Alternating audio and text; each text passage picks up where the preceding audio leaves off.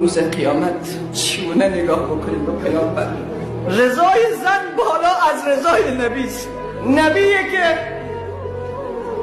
خود را قربان من و تو گردانید، نبیه که جیگر حمزه خود را قربان من و تو گردانید، نبیه که عمرش قربان من و تو شد، نبیه که عثمانش قربان من و تو شد، نبیه که علیش قربان من و تو شد. خون از دندانش قطره قطره در جنگ احد میچکد.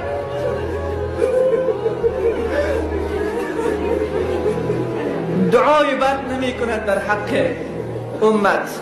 میگه شاید اینها هدایت بشود. در طائف آنقدر زنش که خون از پاشینه های پایش حرکت کرد، دعای بد نمی کند. میگوید شاید فرزندان اینها مسلمان بشود.